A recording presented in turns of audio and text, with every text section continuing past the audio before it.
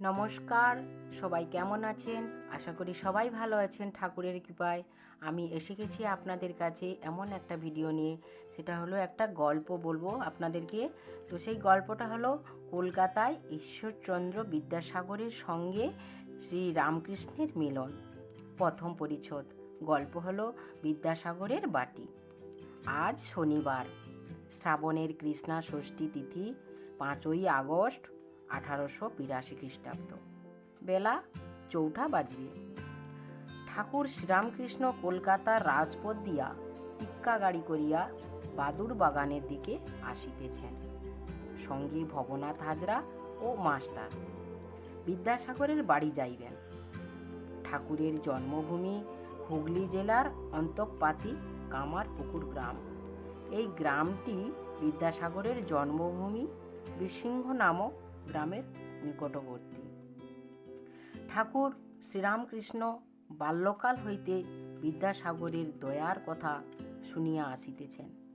দক্ষিণেশ্বরে কালীবাড়িতে থাকিতে থাকিতে তাহার পাণ্ডিত্য ও দয়ার কথা শুনিয়া থাকেন। মাস্টার বিদ্যাসাগরের স্কুলের অধ্যাপনা করেন শুনিয়া তাহাকে বলিয়াছিলেন, আমাকে বিদ্যাসাগরের কাছে কি লইয়া যাইবেন? আমার দেখিবার বড় স্বাদ হয়। মাস্টার বিদ্যাসাগরকে সেই কথা বলিলেন। বিদ্যাসাগর আনন্দিত হইয়া তাহাকে একদিন শনিবারে 4টার সময় সঙ্গে করিয়া আনিতে বলিলেন। একবার মাত্র জিজ্ঞাসা করিলেন, কি রকম পরমহংস? তিনি কি গেরুয়া কাপড় পরে থাকেন? মাস্টার বলিয়াছিলেন, আজ্ঞা না, তিনি এক অদ্ভুত পুরুষ। লাল পিড়ি কাপড় পরেন, জামা পরেন, বার্নিশ করা চটি জুতা পরেন। রাসমণির কালীবাড়িতে একটি ঘরে ভিতর বাস করেন। সেই ঘরে তক্তপোষ পাতা আছে, তাহার উপর বিছানা মশারি আছে, সেই বিছানায় শয়ন করেন। কোনো বাহ্যিক চিহ্ন নাই, তবে ঈশ্বর বই আর কিছুই জানেন না। অহর্নিশি তাহারই চিন্তা করেন। গাড়ি দক্ষিণেশ্বরের কালীবাড়ি হইতে ছাড়িয়াছে, পোল পার হইয়া শ্যামবাজার হইয়া ক্রমে আমহার্স্ট স্ট্রিটে আসিয়াছে। ভক্তেরা বলিতেছেন, এইবার বাদুড় বাগানের কাছে আসিয়াছে। ঠাকুর বালকের ন্যায় আনন্দে গল্প করিতে করিতে আসিতেছেন। আমহার্স্ট স্ট্রিটের আসিয়া হঠাৎ তাহার ভাবান্তর হইল, যেন ঈশ্বরাবেশ হইবার উপক্রম। গাড়ি রামমোহন রায়ের বাগান বাটির কাছ দিয়া আসিতেছে।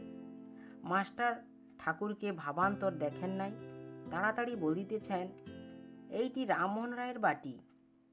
ঠাকুর বিরক্ত হইলেন, বলিলেন, এখন ওসব কথা ভালো লাগছে না। ঠাকুর ভাবাবিষ্ট হইতেছেন। বিদ্যাসাগরের বাটির সম্মুখে গাড়ি দাঁড়াইল।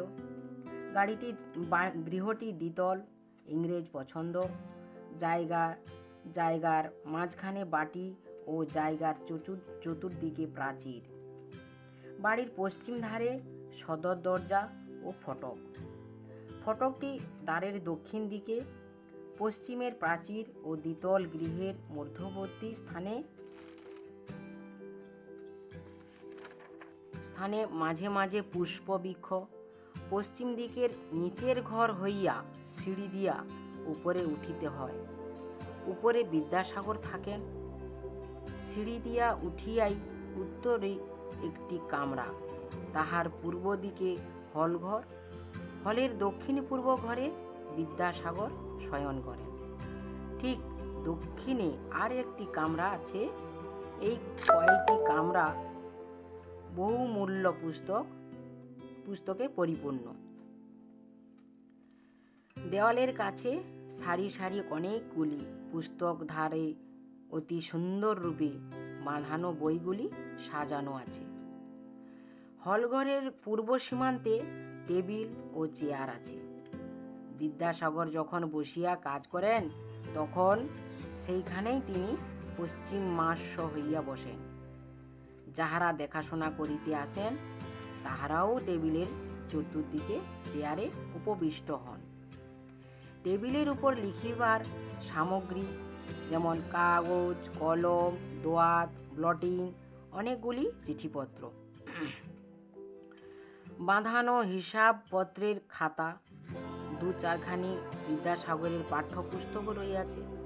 দেখিতে পাওয়া যায় ওই কাষ্টাসনের ঠিক দক্ষিণের কামরাতে খাট বিছানো আছে, সেখানেই ইনি শয়ন করেন। টেবিলের উপর যে পত্রগুলি চাপা রহিয়াছে তাহাতে কি লেখা রহিয়াছে? কোনো বিধবা হয়তো লিখিয়াছে, আমার অপগণ্ড শিশু অনাথ, দেখিবার কেহ নাই, আপনাকে দেখিতে হইবে। কেহ লিখিয়াছেন, আপনি খরমাতার চলিয়া গিয়েছিলেন, তাই আমার মাসোহারা ঠিক সময় পাই নাই, বড় কষ্টে হইয়াছে। কোনো গরিব লিখিয়াছে, আপনার স্কুলে ফ্রি ভর্তি হইয়াছি, কিন্তু আমার বই কিনিবার ক্ষমতা নাই।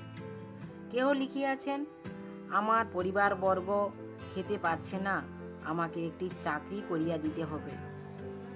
তার স্কুলের কোনো শিক্ষক লিখিয়াছেন, আমার ভগিনী বিধবা হইয়াছে, তাহার সমস্ত ভার আমাকে লইতে হইয়াছে, এর বেতনে আমার চলে না। হয়তো কেহ বিলাত হইতে লিখিয়াছেন, আমি এখানে বিপদগ্রস্ত, আপনি দিনের বন্ধু, কিছু টাকা পাঠাইয়া আসন্ন বিপদ হইতে আমাকে রক্ষা করুন। কেহ বা লিখিয়াছেন, অমুক তারিখে সালিসির দিন নির্ধারিত, আপনি সেদিন আসিয়া আমাদের বিপদ মিটাইয়া দিবেন। ঠাকুর গাড়ি হইতে অবতরণ করিলেন। মাস্টার পথ দেখাইয়া বাটির মধ্যে লইয়া যাইতেছেন। উঠানে ফুল গাছ, তাহার মধ্য দিয়া আসিতে আসিতে ঠাকুর বালকের ন্যায় বোতামে হাত দিয়া মাস্টারকে জিজ্ঞাসা করিতেছেন, আমার বোতাম খোলা রয়েছে, এতে কি দোষ হবে না? এতে কিছু দোষ হবে না? গায়ে একটি লং ক্লথের জামা, পরনে লাল পেড়ে কাপড়, তাহার আঁচলটি কাঁধে ফেলা, পায়ে বার্নিশ করা চটি জুতা। মাস্টার বললেন, আপনি ওর জন্য ভাববেন না, আপনার কিছুতেই দোষ হবে না, আপনার বোতাম দেওয়ার দরকার নাই। বালককে বুঝাইলে যেমন নিশ্চিন্ত হয়, ঠাকুরও তেমনি নিশ্চিন্ত হইলেন। দ্বিতীয় পরিচয় গল্প হলো বিদ্যাসাগর।